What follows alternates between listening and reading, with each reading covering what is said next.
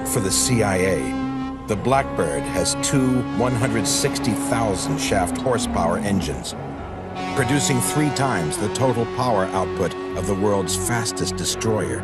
It swallows 100,000 cubic feet of air per second and uses 1,000 gallons of specially developed fuel an hour that costs more per quart than the most expensive Scotch whiskey.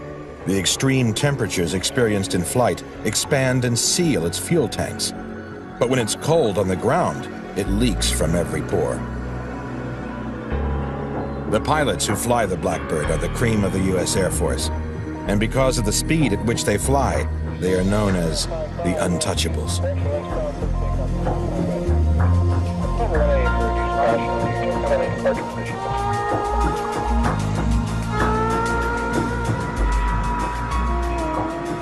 The temperature inside the engines is 3,400 degrees Fahrenheit, and the air boils at 200 degrees for 3,000 feet behind its huge engines, which speed the plane through the air at over 2,000 miles an hour.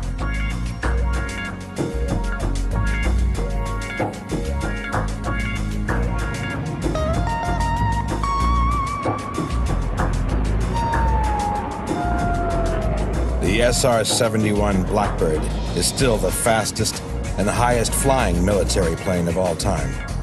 Traveling at 3 times the speed of sound, it takes photos at 90,000 feet that can pick up the license plates on cars in a parking lot.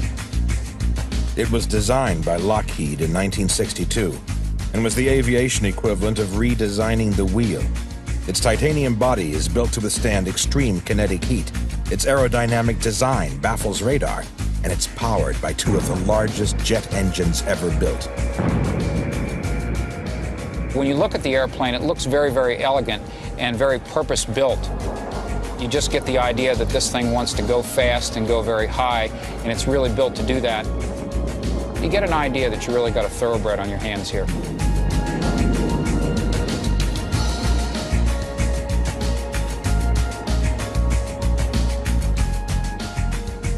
This particular wing, which is called a delta wing, is really efficient as a high-speed cruise platform, and it also gives the airplane very good stability at low air speeds, which is required since it doesn't use any flaps for takeoff or for landing.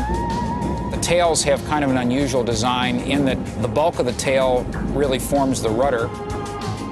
The tails are tilted inboard so that the vortex, which comes off the front of the airplane, that high-energy vortex is superimposed over the rudders and vertical tails at slow air speeds. It puts a lot of high-energy air back there and makes them very, very effective. The fuselage of the airplane has kind of an outer shell, and that outer shell is called a chine area. And that chine area is particularly useful for optimizing the airplane for very, very high-speed cruise. This airplane is probably one of the first stealth airplanes, and the design of the chines, as well as the material used to build the chines, and the paint, which is iron impregnated, all help towards contributing to the stealthy design of the airplane. It was really one of the first, if not the first, airplane that had stealth built into it. 34 years after it was first introduced, the Blackbird is still providing its pilots with a unique experience. I've seen 5 sunrises and sunsets in one day. We've taken off out of Mildenhall in England at lunch and landed in Beale in California for breakfast. Virtually every flight, when you successfully make it up to Mach 3 or thereabouts, the thought of hurtling your body through space or through the atmosphere, literally faster than a bullet, and you can accelerate. Look out the window and it's crystal clear. There's never any weather at our cruise altitudes. The sky is a beautiful blue, and nothing is moving. And you look inside and hopefully nothing is moving, with the exception of the distance indicator, which is clicking off a mile about every 2 seconds. But it's totally serene, almost euphoric.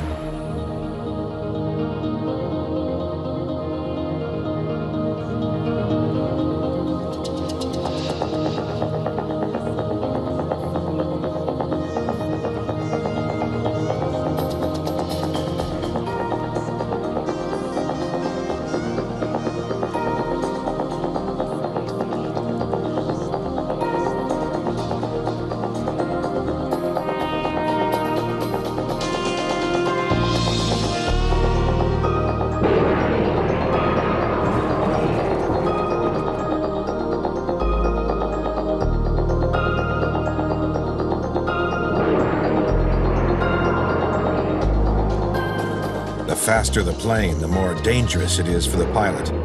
An ingenious way had to be invented to throw the pilot clear of the tail. The first successful ejection from a plane happened in 1943 in Germany, and since then, rocket-powered ejection seats have saved the lives of 15,000 airmen.